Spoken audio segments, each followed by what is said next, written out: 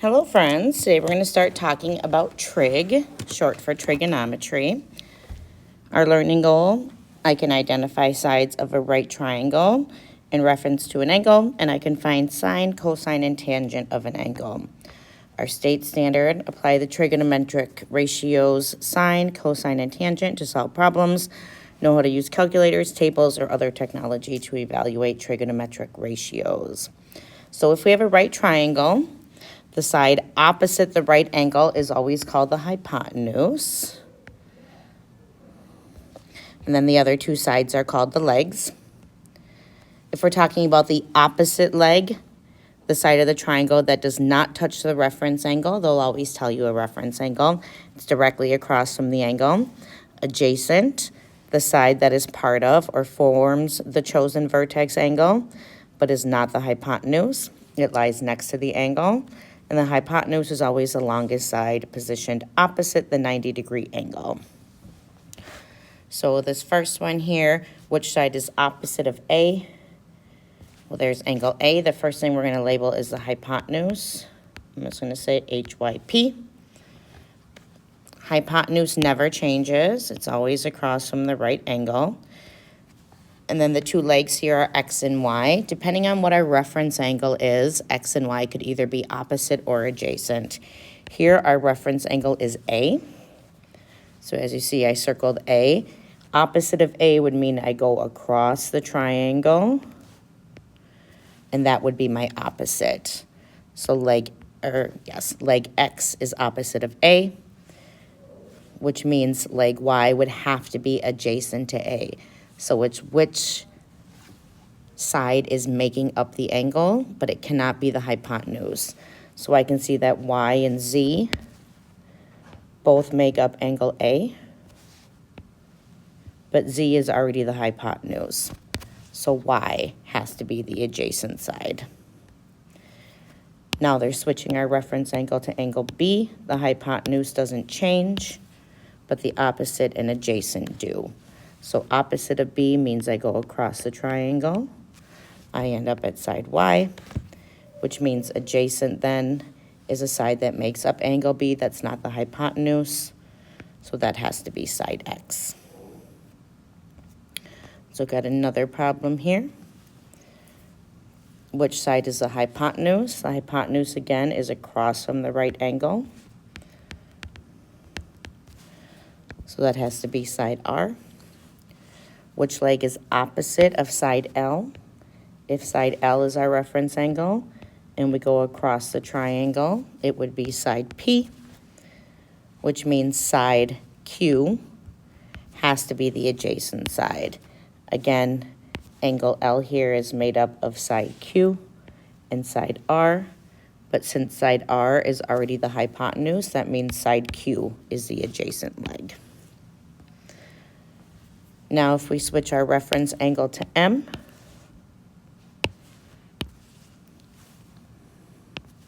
which leg is opposite of M? That would be Q if we go across the triangle here.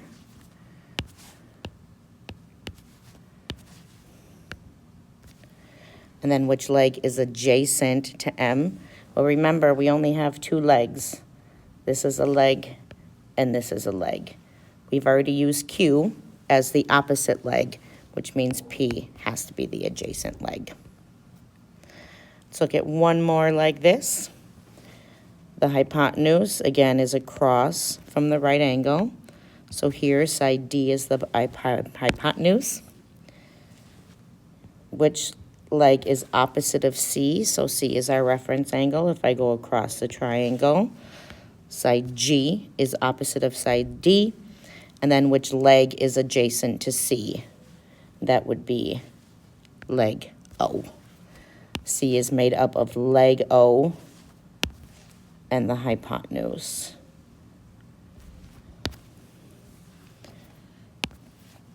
Next, they're telling us that A is the reference angle. So I'm going to switch my circled angle to A. The hypotenuse hasn't changed. Again, our two legs are O and G. So which leg is opposite of A? If I go across the triangle, leg O is opposite of A.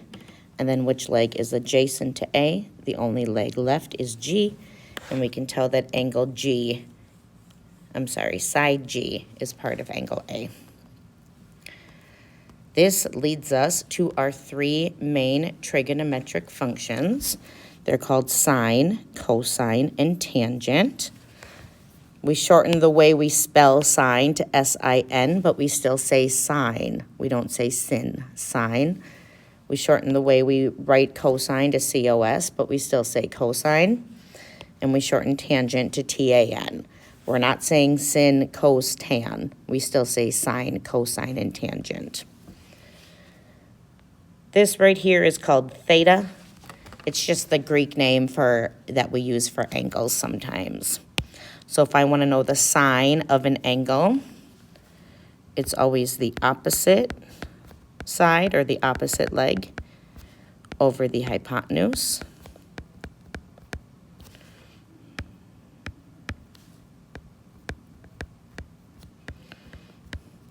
Cosine is the adjacent leg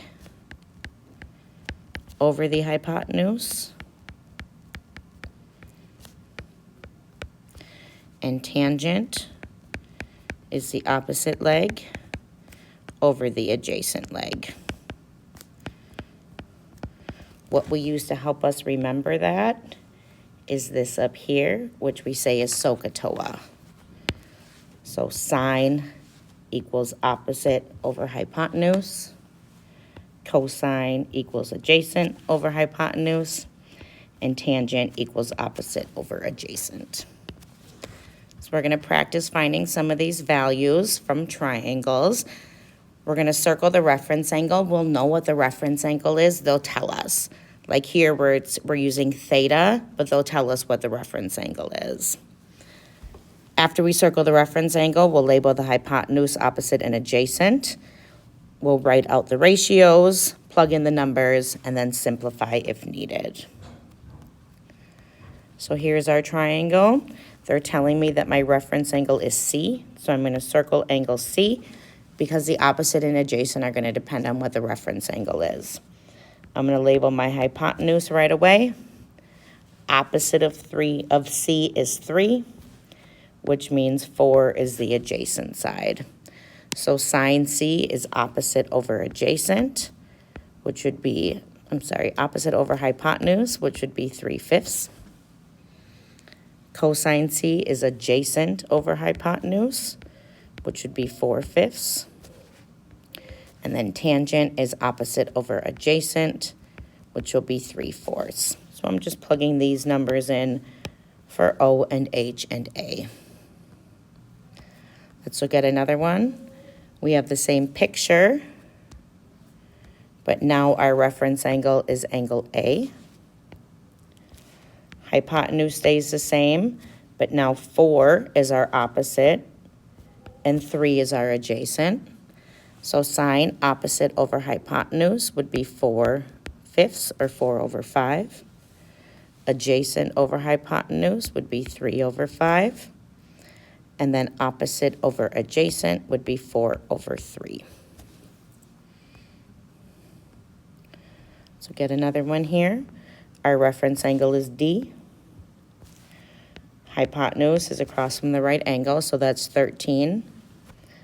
Opposite of D, if I go across the triangle, is 12, which means 5 has to be adjacent. Sine D is opposite over hypotenuse, which is 12/13. Cosine D is adjacent over hypotenuse, which is 5/13. And then tangent D is opposite over adjacent, which is 12/5. Same picture here, but now our reference angle is angle F. Hypotenuse stays the same, but now if we go across the triangle, 5 is our opposite side, which means 12 is our adjacent side. You can label them in any order you'd like. I usually label the hypotenuse first, the opposite second, and the adjacent third. Here, sine opposite over hypotenuse is 5/13. Cosine adjacent over hypotenuse is 12/13. And tangent opposite over adjacent is 5/12.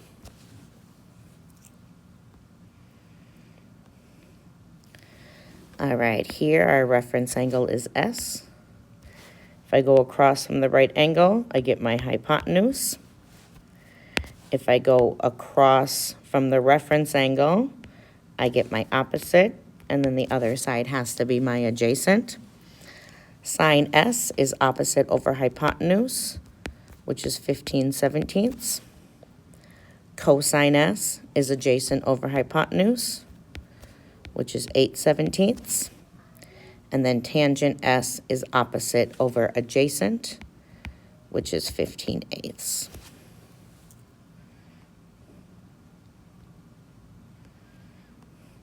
All right, a few more here.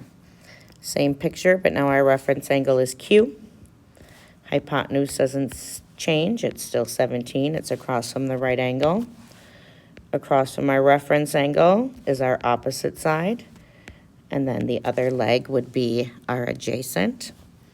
Sine is opposite over hypotenuse, which is 8/17. Cosine adjacent over hypotenuse is 15/17. And then tangent opposite over adjacent is 8/15. All right, here our reference angle is U. If I go across from the right angle, I get my hypotenuse. If I go across from the reference angle, I get my opposite, and whatever's left then is my adjacent. Sine opposite over hypotenuse would be 24/25.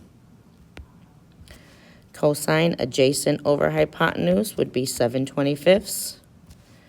And then tangent opposite over adjacent would be 24/7. Last example here, same picture, but now our reference angle is V. So I'm going to circle V. Hypotenuse is across from the right angle. Opposite is across from the reference angle. And our last one would be our adjacent. Sine is opposite over hypotenuse, so 7/25. Cosine is adjacent over hypotenuse, so 24/25. And then tangent is opposite over adjacent, 7/24. So again, the order we do this, I always circle the reference angle first. You'll know what the reference angle is because it's whatever they're asking you to find sine, cosine, or tangent of. And then I label the hypotenuse, which is across from the right angle, the opposite leg, which is across from the reference angle, and then the adjacent leg, which is touching the reference angle. As you're starting, it's probably going to be helpful to write out these fractions before you plug the numbers in. All right, friends, have a nice day.